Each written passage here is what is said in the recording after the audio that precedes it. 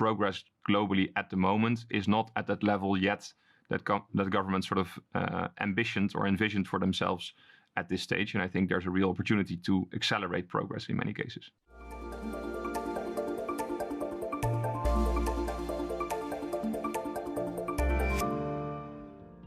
Hello and a very warm welcome to Energy Frontiers. I'm Rebecca McLaughlin-Easton.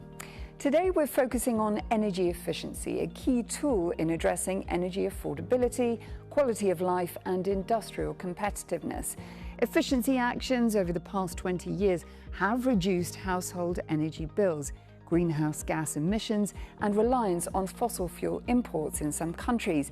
But significant challenges to that progress lie ahead. The International Energy Agency joins me from Paris to discuss them. But first, here's an overview of the IEA's Energy Efficiency Report for 2025.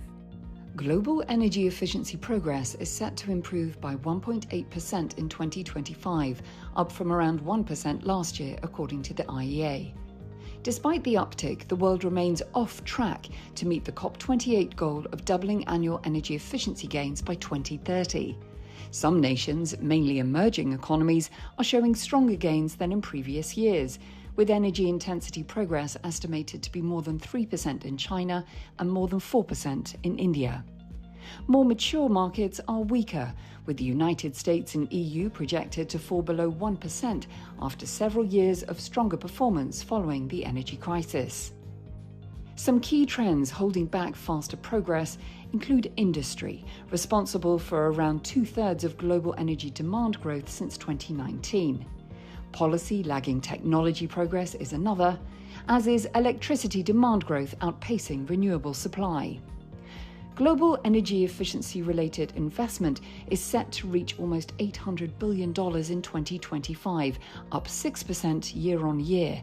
And despite 18 million people employed in energy efficiency last year, higher costs and labour shortages remain pain points. Lucas, it's great to see you. Thank you so much for joining me from Paris today. Thank you very much for having me, and thank you for taking the time to talk about energy efficiency. Let me start by asking you about your latest report, which points to energy efficiency having risen by only around 1.8% in 2025. Which policies or political decisions, or even political failures, some might say, have led us to where we are today? Which is holding back progress? Yeah, thank you very much for that question. It's an excellent point.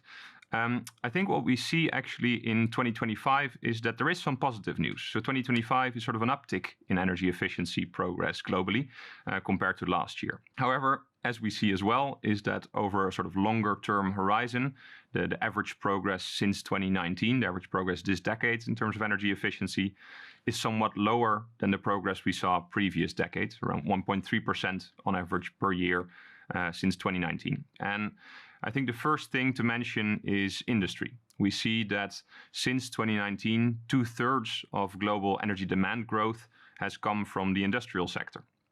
At the same time, in that industrial sector, energy efficiency progress there has sort of flatlined and dropped to around 0.5% per year on average. So there's a real slowdown in efficiency progress there. At the same time, we also see that policy has sort of lagged technological progress.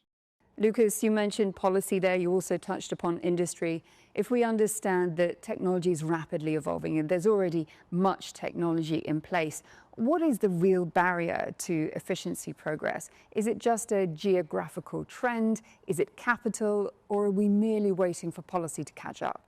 First of all, we see a shift of where industry takes place. So there's a shift towards different regions in the world, but also towards more energy-intensive industry in some cases.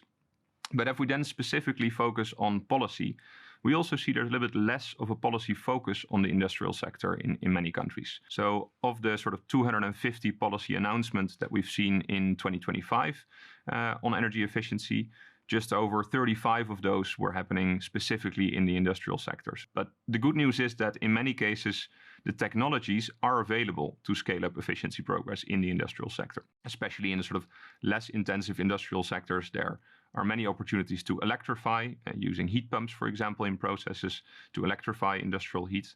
Lucas, is it fair to say that in recent years governments have pretty much ignored the IEA's advice when it comes to energy efficiency?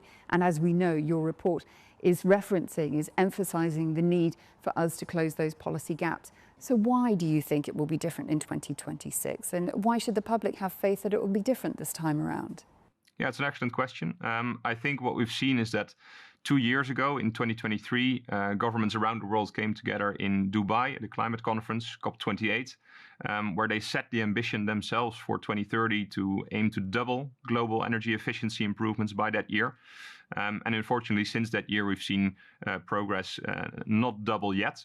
However, I don't think that means that governments don't still have that ambition. And I think one interesting thing that we see specifically this year is that governments have sort of started to recognize the role of energy efficiency, not just for emission reductions, but for sort of wider economic and energy policy priorities.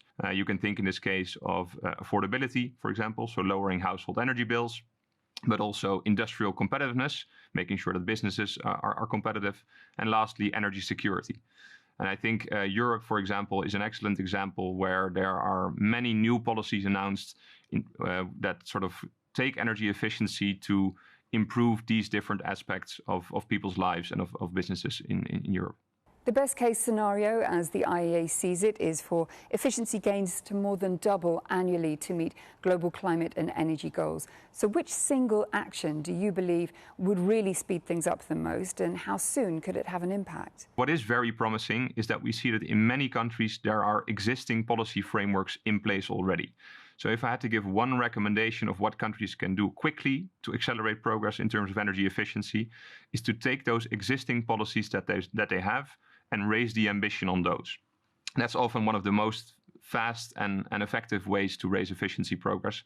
And that can be done in the building sector, in the industry sector, and in the transport sector. Lastly, Lucas, the IEA's World Energy Outlook 2025 warns that energy security risks now come from both fossil fuel markets and critical minerals for clean energy.